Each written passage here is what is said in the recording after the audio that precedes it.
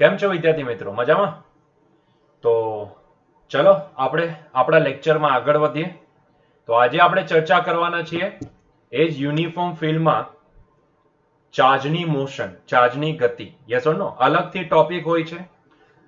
આપણે બે ક્વેશ્ચન અહીંયા લીધા છે, તો બે ક્વેશ્ચનને ધ્યાનમાં રાખીને જ આપણે અહીંયા પરિસ્થિતિને સમજવાની કોશિશ કરીશું. બરાબર છે? અને જો તમે એડવાન્સ લેવલ ઉપર જાઓ તો તેમાં અત્યારે તો આપણે ખાલી motion in Y direction and motion in X ડાયરેક્શનને જ જોવાના છે. બે ક્વેશ્ચન છે, બંને ક્વેશ્ચન આપણા એસાઇનમેન્ટના છે, આપણી ક્લાસરૂમ એક્સરસાઇઝના જ છે અને એને જ આપણે અત્યારે ચર્ચામાં લેવાના છે. પણ જો તમે કોમ્પિટિટિવ પોઈન્ટ ઓફ વ્યૂથી જોવા જાઓ અને એડવાન્સ લેવલ ઉપર જવા માંગો તો ત્યારે તમને આ જ વસ્તુ પ્રોજેક્ટાઇલ મોશન સ્વરૂપે એટલે કે પ્રક્ષિપ્ત ગતિ સ્વરૂપે પણ આવી શકે એમ છે. બરાબર છે? ચલો તો ફિલહાલ આપણે આની ચર્ચા કરીએ. ધ્યાનથી જોજો, જે બી ક્વેશ્ચન તમને આવશે ને, ચાહે આમાં આવે કે પછી કોમ્પિટિટિવમાં આવે, મતલબ કે કોમ્પિટિટિવ એટલે કે એડવાન્સ લેવલ ઉપર આવે, બંને કેસની અંદર તમને જે ફિલ્ડ આપવામાં આવશે ને એ કોન્સ્ટન્ટ હશે, uniform constant field. Yes or no? એ ખાસ ધ્યાનથી સમજજો કે અહીંયા જે ફિલ્ડ આપવામાં આવશે આપણને એ યુનિફોર્મ કોન્સ્ટન્ટ ફિલ્ડ હશે. હવે જે યુનિફોર્મ કોન્સ્ટન્ટ ફિલ્ડ હોય ને તેની એક લાક્ષણિકતા હોય છે. પહેલા તો એ સમજી લો કે યુનિફોર્મ કોન્સ્ટન્ટ ફિલ્ડ એ એમનેમ નથી બનતું. એક ચાર્જ ક્યારે પણ આપણને યુનિફોર્મ કોન્સ્ટન્ટ ફિલ્ડ આપી શકતો નથી. જેમ કે હું એક ચાર્જ લઈ લઉં, માની લો કે મારી પાસે આ પોઝિટિવ ચાર્જ છે, હું એવી આશા રાખું કે આ મને યુનિફોર્મ કોન્સ્ટન્ટ ફિલ્ડ આપશે, તો it is not at all possible. આનું ફિલ્ડ કેવું હશે? પોઝિટિવ ચાર્જ છે તો ફિલ્ડ લાઇન રેડિયલી આઉટવર્ડ, બરાબર છે? તમને ખબર છે, બહાર જતી દેખાશે. લાક્ષણિકતા ભણી ગયા હશો એનસીઆરટીમાં. Yes or no? તો ત્યારે તમે ભણી ગયા હશો કે આ સિંગલ ચાર્જ હોય તો એનું ફિલ્ડ આવું હશે. અગર જો નેગેટિવ ચાર્જ હશે તો આ જ બધી ફિલ્ડ લાઇન્સ અંદર જતી દેખાતે. તો આ તો યુનિફોર્મ નથી ને. યુનિફોર્મ ફિલ્ડ આપણે કેવું બનાવીએ? Constant field. ગમે ત્યાં જાઓ ત્યાં તમને એની તીવ્રતા સેમ દેખાય. અહીંયા જાઉં, અહીંયા જાઉં, અહીંયા જાઉં, અહીંયા જાઉં, ગમે ત્યાં જાઉં, મને તીવ્રતા સેમ દેખાવી છે. મતલબ કે આવી પેરેલલ લાઈન જ્યારે બી પિક્ચરમાં આવે તો એને આપણે યુનિફોર્મ કોન્સ્ટન્ટ ફિલ્ડ બોલીશું. Yes or no? તો આ એક સિંગલ ચાર્જ ક્યારેય નથી આપતો, કારણ કે સિંગલ ચાર્જની ફિલ્ડ લાઇન્સ ક્યારે બી પેરેલલ નથી થઈ શકતી. Yes or no?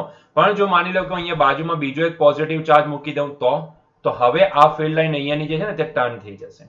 અહીંયાની B band, કારણ કે બે એકબીજાને છેદતી નથી, એ તમને ખ્યાલ છે. બરાબર છે? તો થશે એવું કે અહીંયાની જે ફિલ્ડ લાઇન બંનેની હશે નજીક નજીકની, એ એકબીજાને છેદી તો શકવાની નથી. હવે છેદશે નહીં તો એ શું થઈ જશે? અહીંયાથી બેન્ડ, આ પણ અહીંયાથી બેન્ડ. બરાબર છે? તે જ રીતે આ નીચેની છે તે બી અહીંયાથી બેન્ડ, અહીંયાથી બેન્ડ. હવે જોઈ લો, આ એરિયા છે, આ એરિયા છે, તો આટલા એરિયામાં તમે જો નોટ ડાઉન કરશો તો તમને શું દેખાશે? તમને આ યુનિફોર્મ કોન્સ્ટન્ટ પેરેલલ ફિલ્ડ દેખાશે. યસ ઓર નો? અને આપણને જે ક્વેશ્ચનમાં આવશે ને તે આવા જ ફિલ્ડ આવશે. તમને વિદ્યુત ક્ષેત્રની તીવ્રતા હંમેશા કોન્સ્ટન્ટ આપવામાં આવી હશે. બરાબર છે? એની પાછળનો એક રીઝન છે જે તમે સમજી શકો એમ છો. Yes or no? તો એનો મતલબ એવો થયો કે એક આવું ફિલ્ડ આપવા માટે, uniform constant parallel field line આપવા માટે માત્ર એક ચાર્જ રિસ્પોન્સિબલ નથી, ઘણા બધા ચાર્જ રિસ્પોન્સિબલ છે. ટુ બી સ્પેસિફિક વાત કરું તો આ ફિલ્ડ લાઇન હંમેશા પોઝિટિવ ચાર્જથી નીકળતી હોય છે અને નેગેટિવ ચાર્જ ઉપર પૂરી થતી હોય છે. એટલે કે આ તરફ તમને ઘણા બધા પોઝિટિવ ચાર્જ આવેલા દેખાશે અને આ તરફ તમને ઘણા બધા નેગેટિવ ચાર્જ આવેલા દેખાશે. હે ને? બરોબર છે? Yes or no? તો જ્યારે બી તમને આવી ફિલ્ડ લાઇન આપવામાં આવે તો એનો મતલબ એવો સમજવો કે આ પહેલા તો કોન્સ્ટન્ટ વેલ્યુ, એટલે તમારે ફિલ્ડ લાઇન કેવી ડ્રો કરવાની? Uniform parallel. Yes or no? Constant field છે. બીજો પોઈન્ટ, તરત જ જ્યાંથી ફિલ્ડ લાઇન આવતી દેખાય એ તરફ ઘણા બધા, એક નહીં ઘણા બધા, આઈ રિપીટ, ઘણા બધા પોઝિટિવ ચાર્જ આવેલા હશે અને જે તરફ જતી હોય ત્યાં આગળ ઘણા બધા નેગેટિવ ચાર્જ આવેલા હશે, એવું આપણે સ્વીકારી લેવાનું. Yes or no? તો એવો જ એક કિસ્સો અહીંયા પણ આપવામાં આવેલો છે. તો આઈ હોપ સો કે તમને આ સમજાઈ ગયું હશે, આટલા પોઈન્ટ સમજાઈ ગયો હશે. Yes or no? તો યુનિફોર્મ પેરેલલ ફિલ્ડ એટલે કે કોન્સ્ટન્ટ ફિલ્ડ, ચાહે મેગ્નેટિક ફિલ્ડ હોય કે ઇલેક્ટ્રિક ફિલ્ડ હોય, જ્યારે પણ આપવામાં આવે ત્યારે હંમેશા તમારે દિમાગમાં વસ્તુ ફિટ કરી દેવી. જ્યાંથી ફિલ્ડ લાઇન આવે છે, કોન્સ્ટન્ટ ફિલ્ડ એટલે પેરેલલ લાઇન્સ, જ્યાંથી ફિલ્ડ આવે, ઘણી વખત છે ને ફિલ્ડ લાઇન, તમે ફ્લક્સમાં આવશો ને, ફ્લક્સના આપણે ક્વેશ્ચન જોશું તેમાં આવશે, ત્યારે તમને આઈ કેપ અને જે કેપ, આઈ જે કેપ કે પછી આઈ જે કે ત્રણે ત્રણ કેપ આપેલા હશે, મતલબ કે ત્યારે ફિલ્ડ તમને ત્રણેય દિશાનું આપેલું હશે, તો ત્યારે તમે દિશા સાથે એને દર્શાવી શકશો. અત્યારે પડતું એટલું સમજવાનું કે કોન્સ્ટન્ટ ફિલ્ડ જ્યારે બી આપવામાં આવે તો at that time always keep in mind કે આપણને જ્યારે બી કોન્સ્ટન્ટ ફિલ્ડ આપેલો તો એ આવું પેરેલલ લાઇનથી શો કરવું. બરાબર છે? પેરેલલ લાઇનથી, અને તે પણ આ તરફ ઘણા બધા પોઝિટિવ અને આ તરફ ઘણા બધા નેગેટિવ એવું લખીને શો કરવું. ક્લિયર છે આ પોઈન્ટ? બરોબર છે? ચાલો તો હવે આ ક્વેશ્ચનની ચર્ચા કરીએ. ધ્યાનથી જોજો. મને કીધું છે કે એક વિદ્યુત ક્ષેત્રમાં તીવ્રતા, કેટલી તીવ્રતા ધરાવતા, સોરી હું અત્યાર સુધી 20 મીટર પર સેકન્ડ વેલોસિટી ઉપર અંડરલાઈન કરતો હતો. એકચ્યુઅલી ધીસ ઇઝ ધી તીવ્રતા, બરાબર છે, sorry for that. This is the તીવ્રતા 2 × 10⁵ ન્યૂટન પર કુલમ. આટલી તીવ્રતા શું કોન્સ્ટન્ટ છે? જી હા કોન્સ્ટન્ટ છે. તો એ કોન્સ્ટન્ટ ફિલ્ડ છે, એટલે કે પેરેલલ ફિલ્ડ લાઈન થી શો કરી શકાય. તો એની હું ફિલ્ડ લાઈન ડ્રો કરું તો મને અહીંયા, કેમ કે મેં જોઈ લીધું કે કોન્સ્ટન્ટ ફિલ્ડ છે, તો એને હવે આ રીતે ડ્રો કરીશ. ધ્યાનથી સમજો, હું એને આ રીતે ડ્રો કરીશ.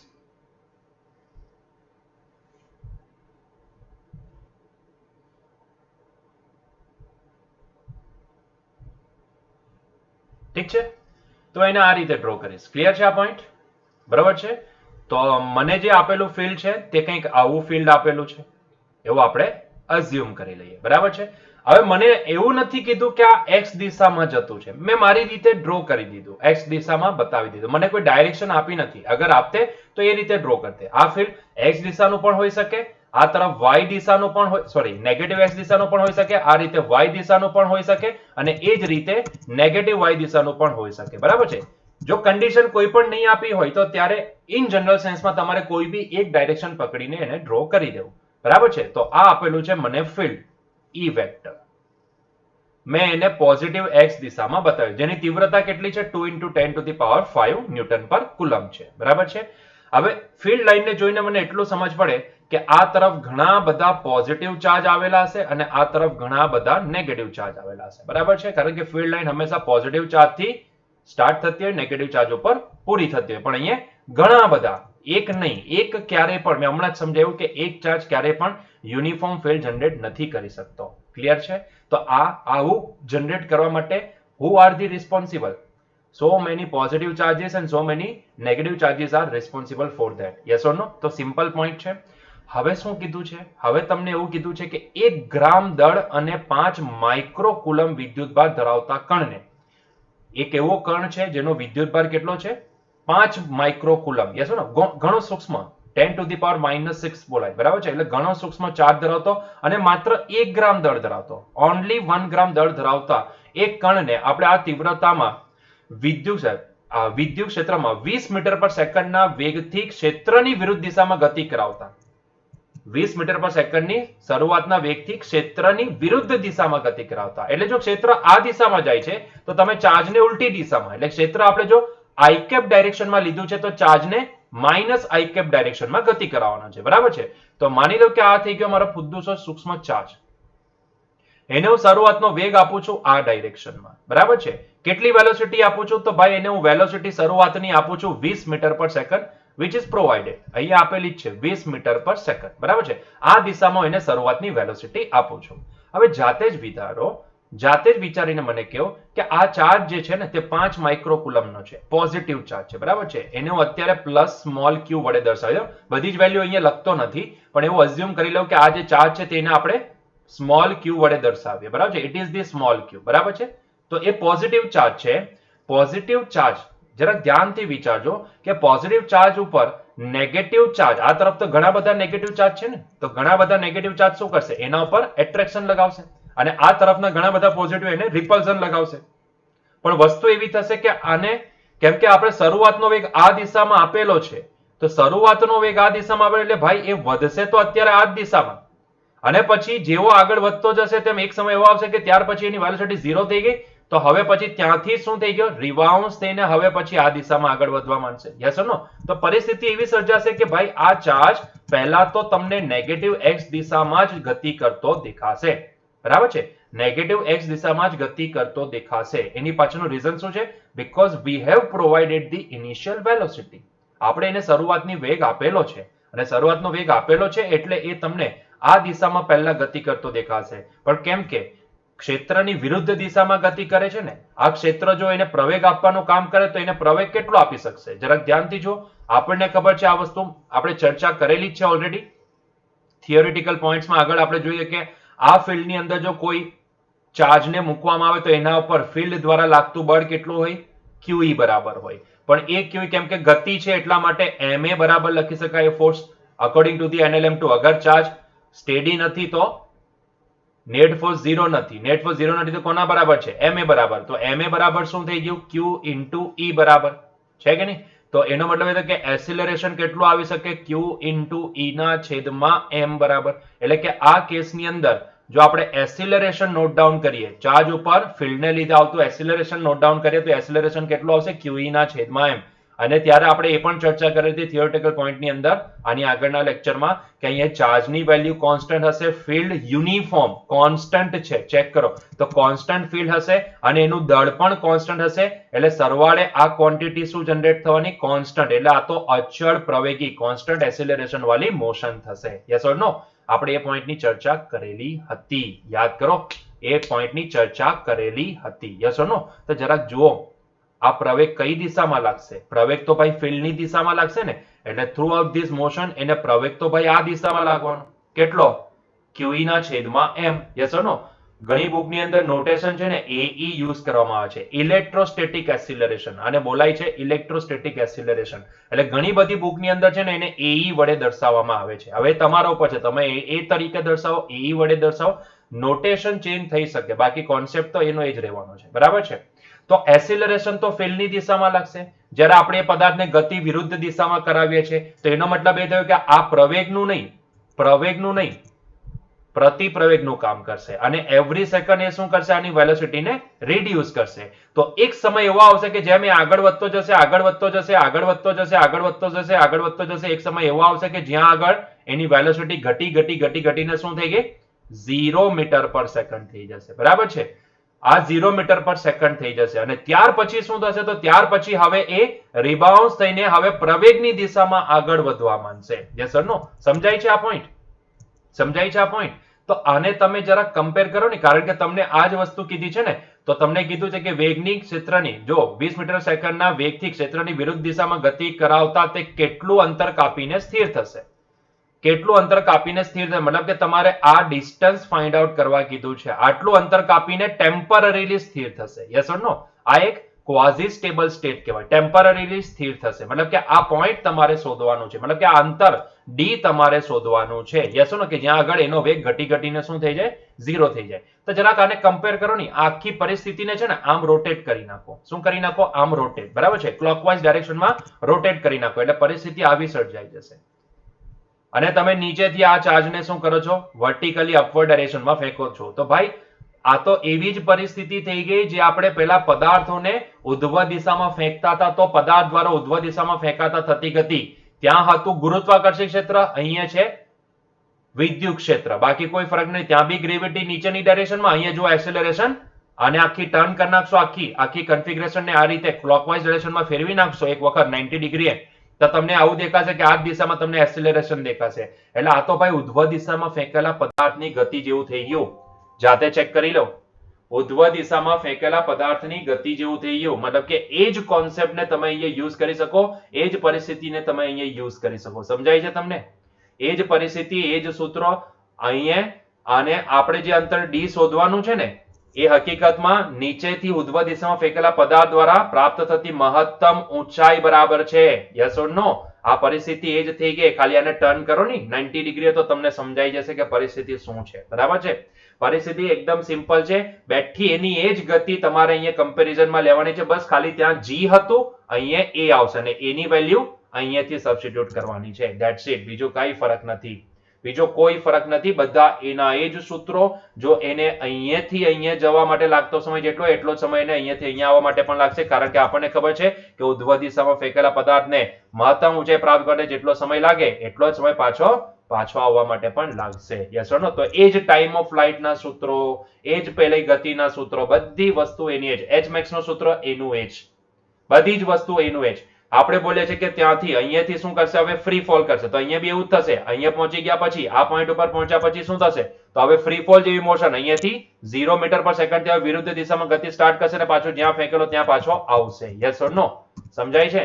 તો બેઠી ગતિ એની એ જ, બધા સૂત્રો એના એ જ, એને જ કમ્પેરિઝનમાં લેવાનું છે. બસ ખાલી જી ની વેલ્યુ અહીંયા એ બરાબર છે, તો એ તમારે અહીંયાથી શોધી લેવાનો છે, અને એ મળશે કઈ રીતે? તો આ ફોર્મ્યુલાનો ઉપયોગ કરીને. તો હંમેશા કહું છું કે આને કોની સાથે કમ્પેર કરો? ઉધ્વ દિશામાં ફેંકેલા પદાર્થની ગતિ સાથે કમ્પેર કરો. બરાબર છે? બસ ખાલી પરિસ્થિતિને ફેરવી નાખો, આને 90 ડિગ્રીએ રોટેટ કરી નાખો આખી આકૃતિને, એટલે તમને ઉધ્વ દિશામાં ફેંકેલા પદાર્થ જેવી ગતિ દેખાઈ જશે. બરાબર છે? ત્યાં આપણે જે એચ મેક્સ શોધીએ છીએ ને, બસ એ જ છે આ ડી. એ જ બેઠું સૂત્ર જો તમને યાદ હોય તો તમે અહીંયા બેઠું એચ મેક્સ નું સૂત્ર લગાવી શકો, v0 સ્ક્વેર બાય 2g. યાદ આવ્યું એ સૂત્ર? v0 square by 2g.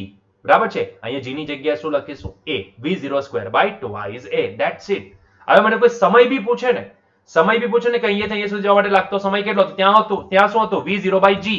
અહીંયા શું લખાશે? v0 by a. That's it. એના એ જ સૂત્ર તમે અહીંયા એપ્લાય કરી શકો. અને જેને એમાં પણ હજુ નહીં સમજ પડતી હોય તો એ લોકો શું કરશે? તો હવે એ પેલું સૂત્ર લગાવશે. બીજું તો શું કહી શકું એમાં? બીજું કઈ નહીં કહી શકું. બરાબર છે? એ સૂત્ર લગાવશે. તો આનો કમ્પેર કોની સાથે કર્યું? જેની સાથે કમ્પેર કરું છું ને એ કમ્પેરિઝન હું હવે આ રીતે જોઈશ, કારણ કે મને ઉધ્વ દિશામાં ફેંકેલા પદાર્થની ગતિ વિશે બધી માહિતી છે, તો હું એને આ રીતે કમ્પેર કર. આ થઈ ગયો મારો ચાર્જ કે જેનું દળ m છે, જેનો ચાર્જ પોઝિટિવ q છે, અને આ દિશામાં કેમ કે મેં આખી આકૃતિને શું કર્યું? આ તરફ 90 ડિગ્રીએ ફેરવી નાખી. બરાબર છે? એટલે હવે ફિલ્ડ ઉપરથી નીચે જતું દેખાશે, એટલે એસિલરેશન નીચેની દિશામાં દેખાશે. અને જે d છે ને તે કઈ નથી ભાઈ, મહત્તમ પ્રાપ્ત થતી ઊંચાઈ છે એવું એઝમ્પશન લઈ લો. બરાબર છે? આનાથી સરળ રસ્તો કઈ નહીં હોય ફિલ્ડમાં ગતિને સમજવાનો. યસ તો d is nothing but what? h max, પ્રાપ્ત થતી મહત્તમ ઊંચાઈ. That's it. અને એની શરૂઆતનો વેગ કેટલો આપેલો છે? 20 મીટર પર સેકન્ડ આપેલો છે. That's it. પતી ગયું. તો ભાઈ પ્રાપ્ત થતી મહત્તમ ઊંચાઈ h max કે જેને મારે લખવું હોય d, આપણા કેસમાં d છે, તો d ઇઝ ઇક્વલ્સ ટુ શું થઈ જાય? d ઇઝ ઇક્વલ્સ ટુ થઈ જશે, સૂત્ર શું હતું? v0 સ્ક્વેર ના છેદમાં 2g. પણ અહીંયા એ g તરીકે શું છે? a છે, તો ટ્વાઇસ a. બરાબર છે? નહીં સમજ પડે તો પેલું સૂત્ર વાપરો, d ઇઝ ઇક્વલ્સ ટુ, યાર તમને ખબર છે ને, ફાઇનલ વેલોસિટી નો સ્ક્વેર માઇનસ ઇનિશિયલ વેલોસિટી નો square divide by twice a. પણ કેમ કે એ નીચેની ડાયરેક્શનમાં એટલે માઇનસ a લખાશે. ફાઇનલ વેલોસિટી અહીંયા પહોંચે ત્યારે કેટલી થઈ ગયા છે? 0 મીટર પર સેકન્ડ. એટલે આ તો લખાઈ ગયું 0 માઇનસ v0 સ્ક્વેર ના છેદમાં માઇનસ ટ્વાઇસ a. તો તમે સમજી શકો કે આ વેલ્યુ શું આવી? v0 સ્ક્વેર ના છેદમાં twice a. Yes or no? તો અહીંયાથી જે વેલ્યુ મને મળી ગઈ, આ એનો પ્રૂફ છે. બરાબર છે? પણ જો તમને સીધું યાદ હોય તો સીધું વેલ્યુ પ્લેસ કરો ને. શું કામ આપણે પ્રૂફની ચર્ચામાં બી પડીએ? તો ભાઈ what is the value of v0 square? અચ્છા, v0 સ્ક્વેર ની વેલ્યુ મૂકો એ પહેલા અહીંયા એસિલરેશન ની વેલ્યુ મૂકી દો. એસિલરેશન શું છે? q ઇન્ટુ e ના છેદમાં m. પણ એ છેદનો m છે, સોરી છેદના છેદનો m ક્યાં જાય? અંશમાં. એટલે હું એને લખી દઉં છું અંશમાં. તો બાકીની બધી વેલ્યુઝ તમને આપેલી છે તો એને અંદર સીધી પ્લેસ કરી દો. આ થઈ ગયા 20 નો સ્ક્વેર. માસ કેટલું આપેલું છે? 1 ગ્રામ. એટલે આપણે એને kg માં લખીએ તો 10 ટુ ધી પાવર -3 kg. બરાબર છે? ડિવાઈડ બાય 2 ઇન્ટુ ચાર્જ કેટલો આપેલો છે? 5 માઇક્રોકુલમ. એટલે એને આપણે 5 into 10 to the power -6 coulomb into આપણને બીજું અહીંયા જોઈએ છે ઇલેક્ટ્રિક ફિલ્ડ ઇન્ટેન્સિટી, મતલબ કે it is 2 into 10 to the power 5 newton પર કુલમ. ક્લિયર છે? તો ગતિ કોની સાથે કમ્પેર કરશો? ઉધ્વ દિશામાં ફેંકેલા પદાર્થની ગતિ સાથે કમ્પેર કરો, એટલે આપોઆપ તમને પોઈન્ટ સમજાઈ જશે. તો આને જરાક વ્યવસ્થિત લખી નાખીએ. ઉપર 2 નો વર્ગ 4 થઈ ગયો, અને પેલો 10 નો વર્ગ આપણે 100 લખીએ. 2 ગુણ્યા 10 લખી દઉં 20 ને, એટલે 10 નો વર્ગ 100 થઈ જશે, એટલે 10 નો વર્ગ થઈ ગયો, અને 10 નો -3 ઘાત થઈ ગયો. છેદમાં શું આવી ગયું જુઓ? 2 ગુણ્યા 2 થઈ ગયા 4 ગુણ્યા 5, અને 10 to the power -6, 10 to the power 5, એટલે થઈ ગયા 10 ટુ ધી પાવર -1. બરાબર છે? તો આ 4 તો ભાઈ કેન્સલ થઈ જશે, અને 4 કેન્સલ થઈ ગયા, અને ઉપર બી 10 ટુ ધી પાવર -1, નીચે બી 10 ટુ ધી પાવર -1, એટલે 10 to the power -1 10 to the power -1 સાથે કેન્સલ થઈ જાય, એટલે બચે 1/5, અને 1/5 એટલે આપણે એને લખી શકીએ 0.2. બરાબર છે? So it is nothing but 0.2 metre. So correct answer શું આવશે? 0.2 metre. 0.2 metre is the correct answer. It is the correct answer. Clear છે? તો આ આવશે સાચો જવાબ. ક્લિયર થયો પોઈન્ટ? તો which one is the correct answer? Answer is D. તો કરવાનું કંઈ નથી, તમારે ખાલી આને કમ્પેર જ કરવાનું છે. કોની સાથે? ઉધ્વ દિશામાં ફેંકેલા પદાર્થની ગતિ સાથે. That's it. બીજું કંઈ નથી કરવાનું. બરાબર છે? ખાલી પરિસ્થિતિને સમજો. ત્યાં g હતો, અહીંયા શું છે? a છે. a એટલે qe ના છેદમાં m. બરાબર છે? અને કોન્સ્ટન્ટ જ હોવાનો છે જે પરિસ્થિતિ તમને આપવામાં આવશે ને, કેમ કે આપણને સિલેબસમાં યુનિફોર્મ ફિલ્ડ થી ઉપરના કોઈ સ્ટેજ સુધી પહોંચાડવામાં નથી આવતું. બરાબર છે?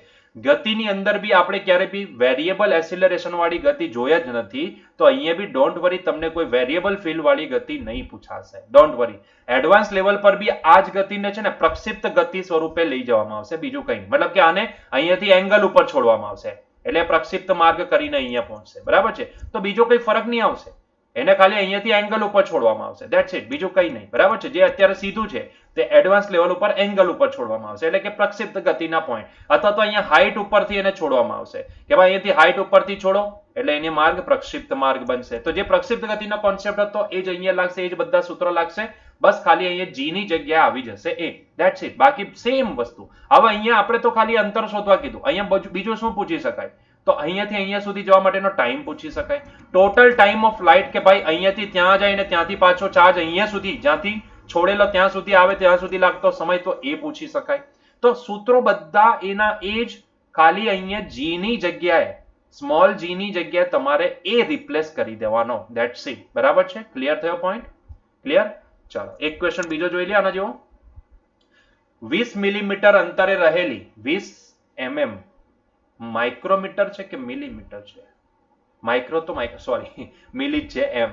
20 મિલીમીટર અંતર રહેલી બે સમાંતર વાહક પ્લેટ પૈકી ઉપરની પ્લેટ પર નીચેની પ્લેટની સાપેક્ષે 2400 વોલ્ટ પ્લસ 2400 વોલ્ટ છે. જો એક ઇલેક્ટ્રોનને નીચેની પ્લેટ પાસેથી મુક્ત કરવામાં આવે તો તે કેટલા સમયમાં ઉપરની પ્લેટ પર પહોંચી જશે? અહીં E/m રેશિયો એ તમને કંઈક આપી દીધો છે, કુલમ પર કેજી કરીને. બરાબર છે? જરાક આપણે પરિસ્થિતિને ડ્રો કરીએ. માની લો કે this is the upper plate. માની લો this is the upper plate. Okay, same this is the lower plate.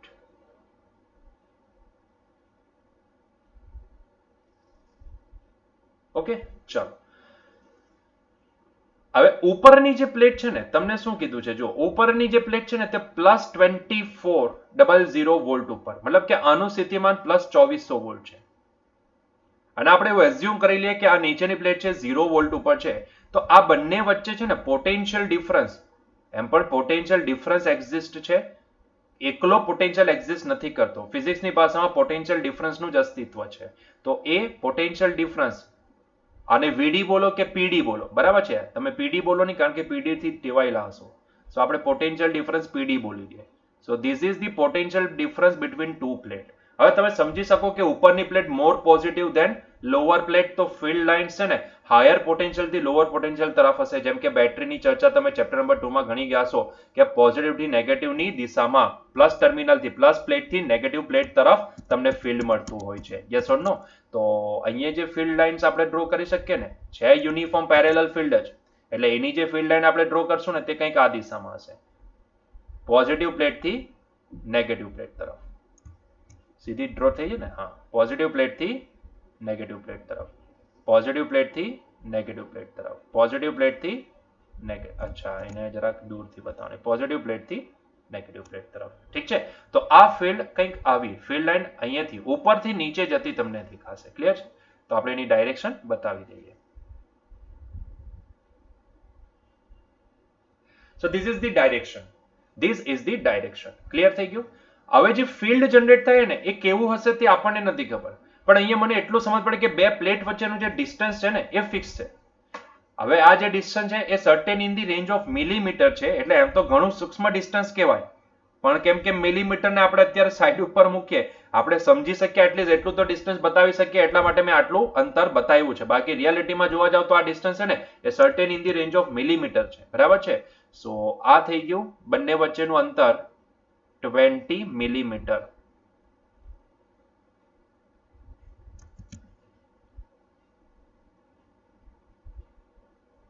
ઠીક છે? તો આ બંને વચ્ચેનું અંતર 20 મિલીમીટર છે. બરાબર છે? હવે જો આના માટે તમારે જરાક ચેપ્ટર 2 નો પોટેન્શિયલનો ઇલેક્ટ્રિક ફિલ્ડ સાથેનો રિલેશન જરાક સમજવો પડશે. જો તમને ખ્યાલ હોય તો V આપણે લખીએ છીએ E into D. તો આના ઉપરથી ઇલેક્ટ્રિક ફિલ્ડ ઇન્ટેન્સિટી કેટલી લખી શકાય? V ના છેદમાં D બરાબર. હવે કેમ કે પોટેન્શિયલ ફિક્સ છે, પોટેન્શિયલ ડિફરન્સ જે છે તે 2400 વોલ્ટ ફિક્સ છે, બંને વચ્ચેનું અંતર તે બી ફિક્સ છે, તો એનો મતલબ એ થયો કે અહીંયા જે ફિલ્ડ જનરેટ થશે ને એ ફિલ્ડ કેવું જનરેટ થશે? એ ફિલ્ડ કેવું જનરેટ થશે? યુનિફોર્મ કોન્સ્ટન્ટ ફિલ્ડ જનરેટ થશે. નહીં સમજ પડે તો વેલ્યુ પ્લેસ કરી દો ને ભાઈ, વેલ્યુ પ્લેસ કરી દો. આ થઈ ગયા 2400 એટલે એને હું લખીશ 24 ગુણ્યા 10 નો 2 ના છેદમાં ડિસ્ટન્સ કેટલું છે? 20 મિલીમીટર, એટલે કે 20 into 10 to the power કેટલા? -2, સોરી મિલી છે ને એટલે -3 મીટર. ક્લિયર છે? તો આ બંનેનો ભાગાકાર આપણે કરી નાખીએ તો if I take the ratio of this, so આ થશે 24 ભાગ્યા 20 એટલે 1.2 અને this is 1.2 into 10 to the power 5 volt પર. અચ્છા, ન્યૂટન પર કુલમ જ રાખો ને, જે આપણો યુનિટ છે એને જ રવા દો ને. સો ન્યૂટન પર કુલમ, બરાબર છે. સો આપણને ઈ કેટલો આવશે? નહીં તો આપણે વોલ્ટ પર મીટર લખવું પડશે, બરાબર છે, પણ ન્યૂટન પર કુલમ રાખો, કઈ વાંધો નથી. સો it is 1.2 into 10 to the power 5, 10 to the power -3 ઉપર જાય એટલે પ્લસ થઈ જશે, બરાબર છે. તો તમે જાતે જોઈ શકો છો કે આ જે ફિલ્ડ છે ને કેવું છે? યુનિફોર્મ ફિલ્ડ છે. Yes or no? Constant uniform field છે. હવે તમને શું કીધું છે? એટલા માટે મેં એને પેરેલલ લાઈન બતાવી, સમજાય છે? એટલા માટે મેં અહીંયા પેરેલલ લાઈન બતાવી. હવે તમને શું કીધું છે? તમને એવું કીધું છે કે એક ઇલેક્ટ્રોનને નીચેની પ્લેટ પાસેથી મુક્ત કરવામાં આવે. પહેલા તો જોઈ લઉં કે અહીંયા પેરેલલ ફિલ્ડ લાઈન જનરેટ થઈ એટલે કે ઉપરની પ્લેટ જે છે તે પોઝિટિવલી ચાર્જ છે, એટલે કે એના પર ઘણા બધા પોઝિટિવ ચાર્જ હશે, અને નીચેની પ્લેટ છે તે નેગેટિવલી ચાર્જ માં, એટલે એની પાસે ઘણા બધા નેગેટિવ ચાર્જ હશે. ફિલ્ડ અહીંયાથી સ્ટાર્ટ થાય છે ને અહીંયા આવીને પતી જાય છે, બરાબર છે. હવે વિચારો, થોડુંક વિચારો કે જો હું એક ઇલેક્ટ્રોનને નીચેની પ્લેટ પાસેથી મુક્ત કરી દઉં, મતલબ કે આ છે ઇલેક્ટ્રોન, એને અહીંયાથી મુક્ત કરી દેવા. મુક્ત એટલે શું? 0 મીટર પર સેકન્ડ થી છોડી દીધો. મુક્ત કીધું છે, ફેંકવાનું નથી કીધું, મુક્ત કીધું છે. તો આ ઇલેક્ટ્રોન છે જેને મેં 0 મીટર પર સેકન્ડ થી નીચેથી ફેંકી દીધો. તમે જાતે જ વિચારો કે એની હાલત શું થશે. ભાઈ, એક તો આ નીચેના નેગેટિવ ચાર્જ છે તે શું કરશે? એને ધક્કો મારશે, અને ઉપરના પોઝિટિવ ચાર્જ એને એટ્રેક્ટ કરશે, મતલબ કે એ એની જાતે આ દિશામાં ગતિ કરવા માંડશે. યસ ઓર નો? અને આ દિશામાં ગતિ કરીને ક્યાં પહોંચશે? ઉપરની પ્લેટ ઉપર પહોંચશે ને ત્યાં જઈને ચીપકી જશે. યસ ઓર નો? કેમ કે એને જે અહીંયા એસિલરેશન લાગશે ને, એ એસિલરેશન કઈ દિશામાં લાગશે? આ દિશામાં લાગશે. યસ ઓર નો? એના ઉપર જે ફોર્સ લાગવાનો, આ ઇલેક્ટ્રિક ફિલ્ડ, કેમ કે નેગેટિવ ચાર્જ છે ને, પોઝિટિવ ચાર્જ હતે તો હું ફિલ્ડની દિશામાં એના પર બળ લાગતે એવું બોલતે, પણ આ તો નેગેટિવ ચાર્જ છે, ઇલેક્ટ્રોન ઇઝ નેગેટિવલી ચાર્જ, તો એનો મતલબ કે એના ઉપર જે બળ લાગવાનું તે કઈ દિશામાં લાગવાનું? આ દિશામાં. જો બળ આ દિશામાં લાગતું હોય તો એને ઇલેક્ટ્રોસ્ટેટિક એસિલરેશન બી કઈ દિશામાં લાગશે? બળની દિશામાં. અહીંયા ઇલેક્ટ્રોસ્ટેટિક એસિલરેશન કેટલું આપણે લખીએ છીએ? A is equals to QE ના છેદમાં M. હવે ભાઈ વારે ઘડિયા પ્રૂવ નહીં કરવાનું હોય, હવે સીધું સ્વીકારી લેવાનું. એટલા માટે મેં કીધું ઘણી બધી બુકમાં છે નોટેશન AE યુઝ કરવામાં આવે છે, ઇલેક્ટ્રોસ્ટેટિક એસિલરેશન. જ્યાં ચાર્જ Q શું છે? ચાર્જ Q છે E. યસ ને? ઇલેક્ટ્રોનનો ચાર્જ. તો E ઇન્ટુ E ના છેદમાં M. એમાં પાછો E/M રેશિયો તમને સીધો આપી જ દીધો છે, એટલે વેલ્યુ જસ્ટ પ્લેસ જ કરવાની છે. Yes or no? તો ભાઈ તમને શું કીધું છે? તમારે શું શોધવાનું છે? તો કેટલા સમયમાં તે ઉપરની પ્લેટ ઉપર પહોંચી જશે? કેટલા સમયમાં તે ઉપરની પ્લેટ ઉપર પહોંચી જશે? બહુ સિમ્પલ છે. નીચેથી ઉપરની પ્લેટ સુધી પહોંચવા માટે લાગતો સમય લેટ સે કે એ T છે, તો આ T આપણે શોધવાનો છે. હવે આ T કેટલો આવશે? T એટલે શું? તો ભાઈ ઉપરની પ્લેટ સુધી પહોંચવા માટે લાગતો સમય, મતલબ કે બોલું તો D ડિસ્ટન્સ ટ્રાવેલ કરવા માટે લાગતો સમય, એ જ T છે ને. યસ ઓર નો? જો મને ફાઇનલ વેલોસિટી અહીંયા પહોંચે ત્યાંની વેલોસિટી ખબર હતી ને, તો પહેલા નંબરનું અચળ પ્રવેગી ગતિ વાળું સૂત્ર વાપરતે. યસ, આ એક અચળ પ્રવેગી ગતિ છે, મેં આગળ પણ સમજાવી દીધું છે, હજુ પણ એ જ વસ્તુ બોલું છું કે આ અચળ પ્રવેગી ગતિ હશે. ઈનું મૂલ્ય ફિક્સ, અહીંયા જે ફિલ્ડ છે તે બી કોન્સ્ટન્ટ છે, અને માસ of that electron is also constant. તો આ એક અચળ પ્રવેગી ગતિ છે. Yes or no? તો હવે સીધું ફોર્મ્યુલા નંબર 2 યુઝ કરો ને ભાઈ. D is equals to travel distance. માની લો કે this is the travel distance D છે. સો D ઇઝ ઇક્વલ્સ ટુ, બોલો શું લખાશે? V0T પ્લસ, કેમ કે પ્રવેગની દિશામાં જ આપણી ગતિ છે, તો plus half AT². Yes or no? એમાં શરૂઆતનો વેગ 0 છે ને, આપણે ત્યાંથી છોડીએ છીએ નીચેની પ્લેટ પરથી. શરૂઆતનો વેગ 0 એટલે આખી ટર્મ થઈ ગઈ 0. ટ્રાવેલ ડિસ્ટન્સ D છે જે આપણને આપેલું છે. સો હવે ફોર્મ્યુલા શું બની ગયું? D ઇઝ ઇક્વલ્સ ટુ થઈ ગયું હાફ AT². ક્લિયર છે? તો અહીંયાથી T શોધવાનો છે, તો આને આ બાજુ લાવો એટલે ટ્વાઇસ D ના છેદમાં A, that is equals to T². બંને બાજુ અંડરરૂટ લઈ લેશો એટલે T ની કિંમત શું આવી જશે? T ની કિંમત અંડરરૂટમાં, ઓર એને હું લખી દઉં આખાનો 1/2 ઘાત. સો ઇટ ઇઝ 1/2 ઘાત. ઠીક છે, ચાલો બાકીની બધી વેલ્યુ અંદર પ્લેસ કરી દો. You have all these values. એસિલરેશનની વેલ્યુ બી પ્લેસ કરી દો. એસિલરેશનની વેલ્યુ માટે હું આને સૂત્રને અહીંયા અલગથી લખું છું. So it is twice into ડીના છેદમાં એની વેલ્યુ શું? QE ના છેદમાં M. ઠીક છે, તો QE ના છેદમાં એટલે કે E ઇન્ટુ કેપિટલ E ના છેદમાં M. હવે અહીંયા M ને છે ને છેદમાં જ રવા દેજો, એને ઉપર નહીં લઈ જતા, કારણ કે E/M ની સીધી વેલ્યુ આપણને અહીંયા આપવામાં આવી છે. બરાબર છે, તો જસ્ટ યુઝ ઇટ. તો અહીંયા જેમ છે તેમ જ રવા દઈએ અને બાકીની વેલ્યુ અંદર પ્લેસ કરીએ. સો આ થઈ ગયો 2 ઇન્ટુ ડિસ્પ્લેસમેન્ટ કેટલું છે બે વચ્ચેનું અંતર 20 મિલી એટલે 10⁻³ બરોબર છે, ઇન્ટુ બીજું કંઈક છે અંશમાં નથી તો ડિવાઈડ બાય E/M સીધું આપી દે તમને 1.8 ઇન્ટુ 10⁻11 ઇન્ટુ ની કેપિટલ E ફિલ્ડ કેટલું આપેલું છે 1.2 ઇન્ટુ 10⁵ આખાનો 1/2 ઘાત. બરાબર છે. So I am expecting that you will solve this question by yourself and tell me what should be the answer. બરાબર છે, તો અહીંયાથી ગણતરી હું તમારા માટે છોડું છું. જાતે ચેક કરીને મને કહેજો કે which one is the correct answer. બરાબર છે, which one is the correct answer. Or તમારે ગણતરી જાતે કરવાની છે, ઓર અહીંયાથી ઓપ્શનમાંથી ચેક કરીને મને કહેજો કે આન્સર તમને શું દેખાશે. બરાબર છે, એમ તો તમે 10ના પાવરને સેટ કરશો ને તો બી તમને આપોઆપ, કેમ કે અહીંયા આપણી પાસે માઇક્રો, નેનો, મિલી અને માઇક્રો આટલા ઓપ્શન છે. બરાબર છે, તો એમાંથી તમે 10ના પાવરને એડજસ્ટ કરીને જશો ને તો બી તમને ખ્યાલ આવી જશે કે અહીંયા કયો આન્સર મેચ થઈ શકે એમ છે. બરાબર છે, એનીવેઝ તો ચેક કરજો અને ચેક કરીને મને કહેજો કે which one is the correct answer. બરાબર છે, ચાલો તો અહીંયા આપણો આજનો લેક્ચર પૂરો કરીએ. મળીએ નેક્સ્ટ લેક્ચરમાં. Till that enjoy your day. By.